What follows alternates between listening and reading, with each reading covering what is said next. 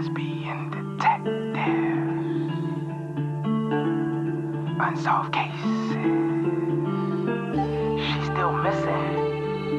Yeah, they haven't found her yet. Well, let's talk about it. They say he vanished without a trace. Could it be a psychotic break or a tragic accident? Police don't know where the body went. Unsolved murders, body still missing. That's unheard. Where's the witness? Lesbian detectives, what's going on? City on high alert, this out the norm. He did what, the who? Man, that ain't real, these crimes ain't true. Then come uncover these theories with us. We live right now, tuning in is a must. Right now, lesbian detective. We about to start the show, so get your popcorn ready to go. Pay attention to the message I present to you, the lesbian detectives. This is Lesbian Detectives. I'm Sierra. And I'm Elizabeth. And we are here talking about missing and unsolved murders. We are discussing cases that you have forgotten about or never even heard of. So sit back, relax, and let's start this podcast.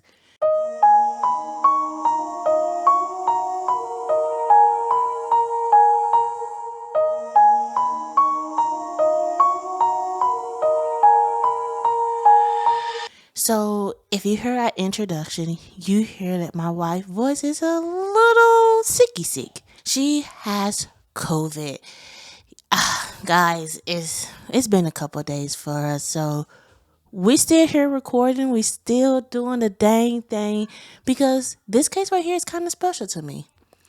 My wife is not really going to talk as much, but she's going to be here in spirit. She's not going to read. I'm going to read the case like I did last week. That's when she started feeling a little sick. But you guys love my voice, so it's okay. But this case right here has been a big case suggestion. I did this case right here on True Crime 1 Minute on my TikTok a long time ago. And it's been getting, even when I posted, it was getting so much views and likes and comments. And this one girl was like, I want to hear more. Like, I want to hear this story. I'm like, this story is a sad story, but I didn't think people wanted to hear it. That's why I did it for True Crime 1 Minute, because I want to get out there. I wanted their voices to be heard. But when a girl commented and then she inboxed me and then another person commented, I'm like, okay, guys, I will do this case. This case is kind of different. This case is solved, but not solved. So it's like in between. The police know who did it, but I'm not going to spoil it. They did something wrong in this case. And this case will never be completely solved. And it's so sad. And also, this case deal with 2 transgender women. So please say their name correctly and their pronoun, and do not victim shame, because we do not victim shame here at all. Now let's get into the episode. Tonight, I want to tell you a story that is heavy. A story that has lingered quietly in the shadows for decades. Whispered about in small circles, passed over by the headlines and rarely investigated with the urgency it deserved. For too long, it had been completely erased from the main screen narrative. But the people at the center of this story weren't shadows. They weren't invisible. They weren't footnotes or disposable. They were women. They were love. They were full of life, full of dreams, full of the kind of laughter and warmth that leaves a mark on everyone around them. They were part of a community that has fought and continue to fight for dignity and safety in a world that often refused to see them, a world that too often refused to protect them. This is their story, not just the story of their lives, but also of the horrific night that took them too soon. A night that exposed cruelty, hate, and the injustice that existed in a community that didn't value them the way it should have. It's a story of friendship, survival, and strength, of 2 women walking together through danger and hardship, and of the shocking violence that ended their lives. But even in that tragedy, their compassion shined through. The way they laugh, the way they dream, the way they carry themselves, the bond they share. Tonight, I want to take you inside that world, to walk with them through the streets they knew, the night they faced together, and the moments that should have been ordinary but instead became forever marked by loss and injustice. This is their story, and it deserves to be heard. This is a case of Tanya Moore and Tina Rodriguez. When we talk about true crime, we often default to timeline, last sighting, and reports. But Tanya and Tina was more than that. They were full of complex, living people who deserve to be remembered as such. Tanya Moore was born in 1955 in Germantown, neighborhood of Pennsylvania. She was 31 when she died. Growing up transgender in the 70s and 80s wasn't just stigmatized, it was dangerous. But Tanya lived her truth anyway. She loved fashion, bright colors, and putting herself together. People felt seen when Tanya was around. Her humor, her laughter, and her warmth. They were infectious.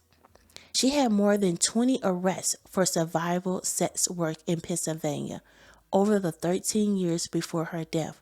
But those arrests never defined her. Tanya worked along 13th Street in Pennsylvania, an area known as the Scroll. Here, transgender women looking out for each other, sharing information, protecting one another from clients and predators. Tanya survived here, and she did it fiercely. Tina Rodriguez was born in Puerto Rico in 1959 and grew up in Camden, New Jersey. She was 27 at the time of her death.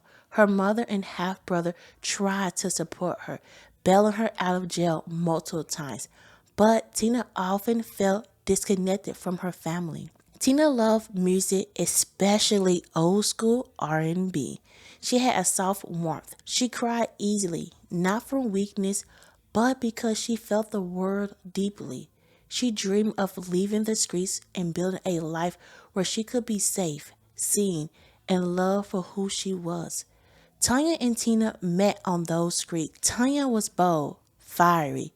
Tina was calm and thoughtful. They watched each other's backs, laughed together, and survived together. Their friendship was a lifeline in a world that too often tried to erase them.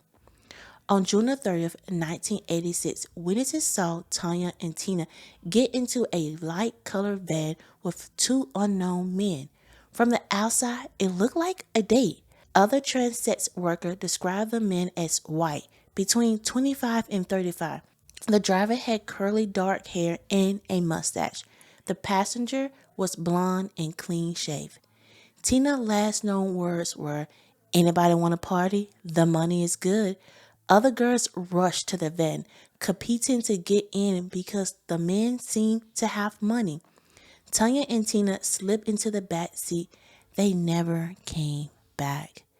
3 days later, on July 3rd, 1986, at 12:31 a.m., a passerby spotted flames near a baseball field in Middletown, Pennsylvania.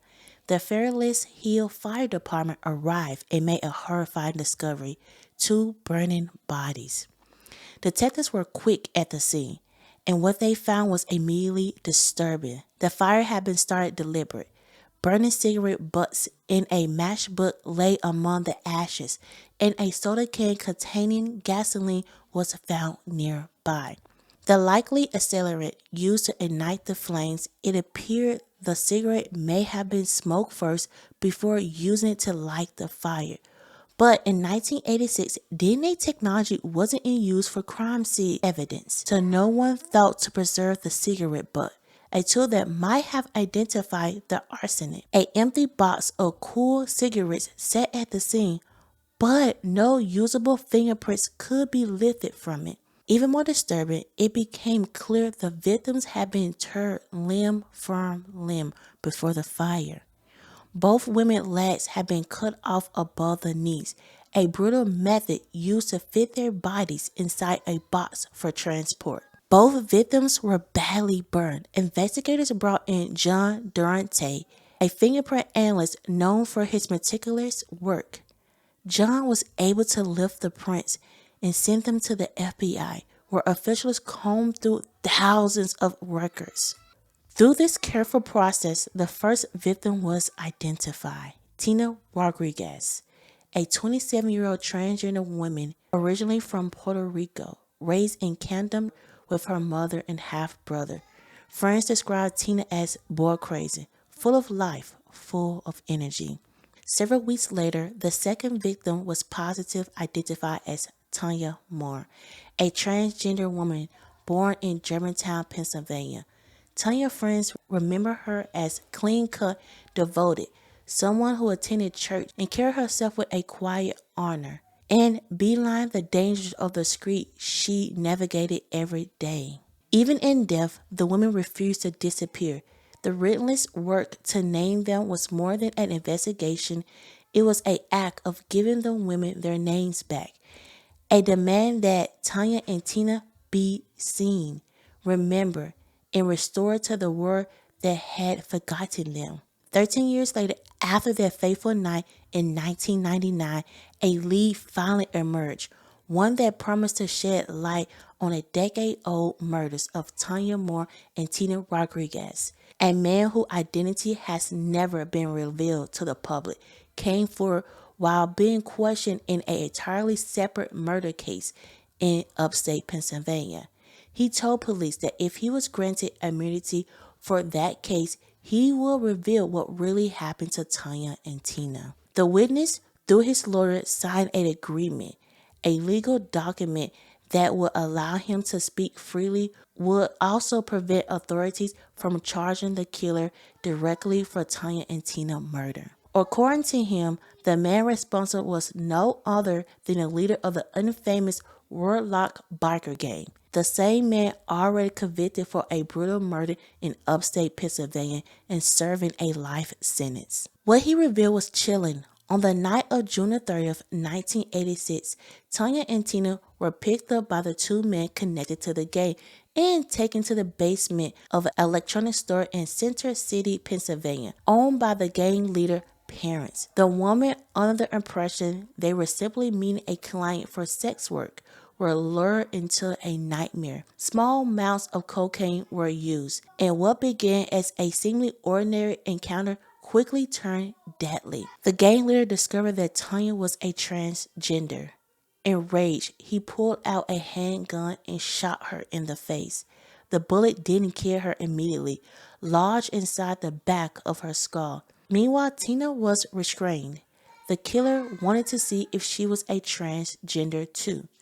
When it was confirmed that she was a transgender, he beat her to death and then suffocated her. When he realized that Tanya was still alive, she too was beaten to death. The horror didn't end there. The men wrapped the victims in a green garbage bag, attempting to fit them into a stereo box. Tanya, standing 6'1" and weighted 190 pounds, and Tina, smaller, a 5'6" and 120 pounds, didn't fit. Their legs were severed above the knees to make them fit. For 3 days, their bodies sat in the back of the van until the smell was unbearable. Only then they were dumped at a baseball diamond in Middletown and set ablaze. The Warlock leader remains behind bars for a separate murder in upstate Pennsylvania. But because of the agreement, he cannot be questioned about Tanya and Tina. Their murders, despite the shocking leads, remain officially unsolved. And so the question lingers, haunting, unresolved. How do we move forward when the truth existed but the law cannot act? How do we honor Tanya and Tina when the police let them down? Even decades later, their story demands to be heard, their names remembered, and their lives, not just their death, acknowledged. Tanya and Tina deserve to be remembered for their lives, not just their death. Tanya had a deeply belly laugh that made everyone around her laugh. She dreamed of a life somewhere safe and sunny. Tina had a soft heart, loved music, dancing, and warm nights with friends. They were loyal and full of life. They deserve safety and love, and still they are remembered primarily for the horror of their death. We must change that.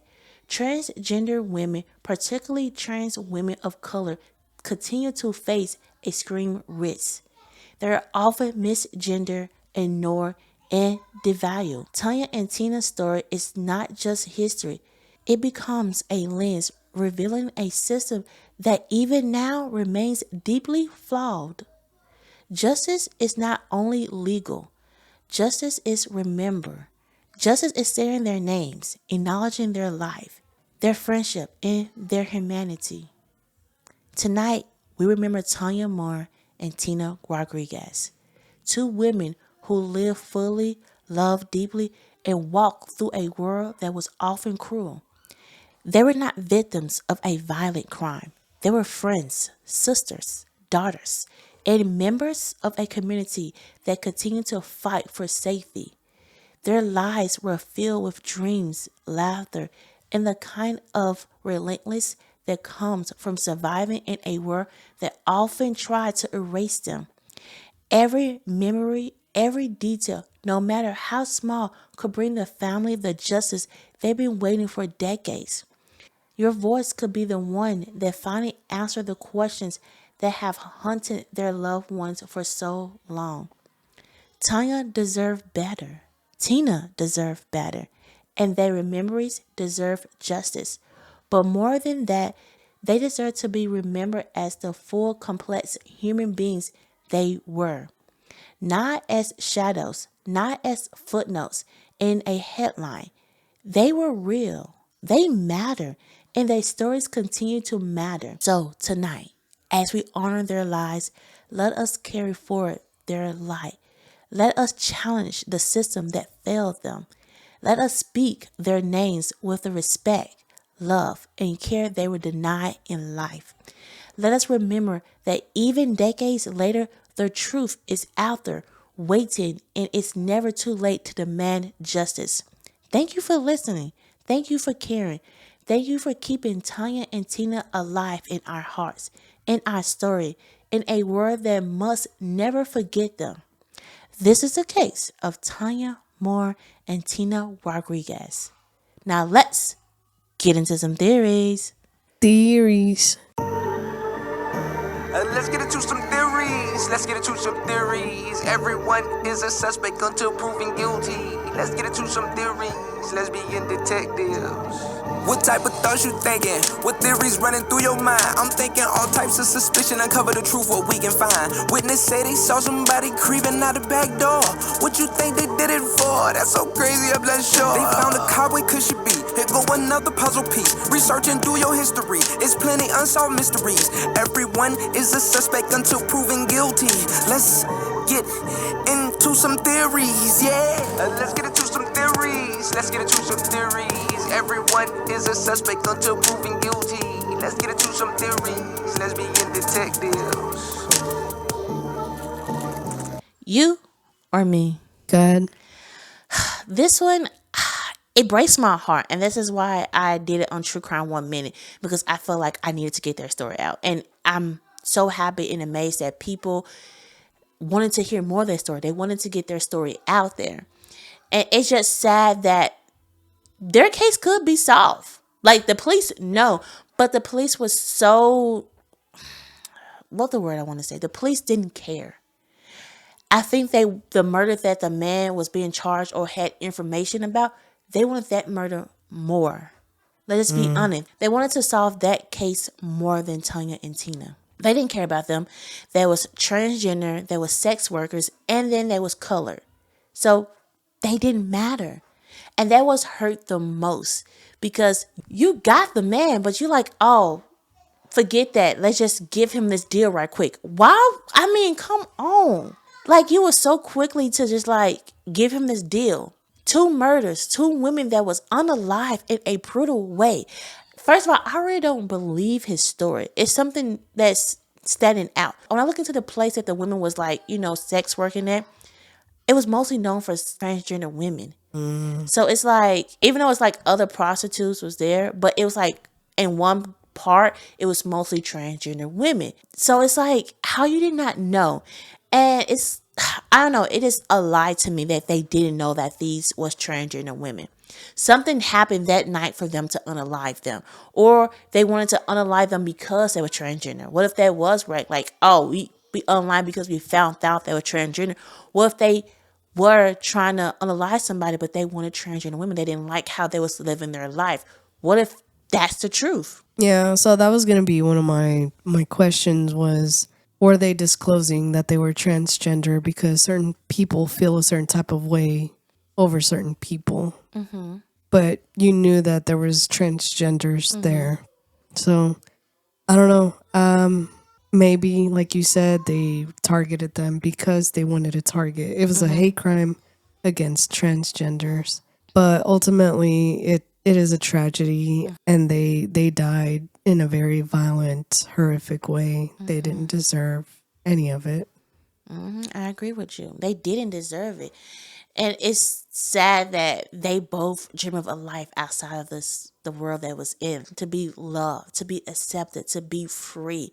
And they didn't get that.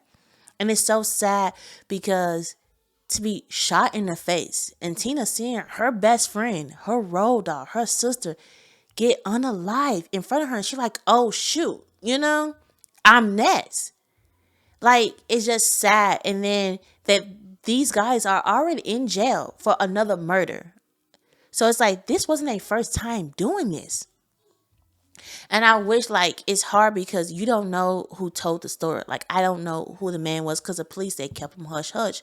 But you knew the gang that they was a part of. So to me, it seemed like the police, they wanted to forget Tanya and Tina murder. They wanted to charge them something more heavier.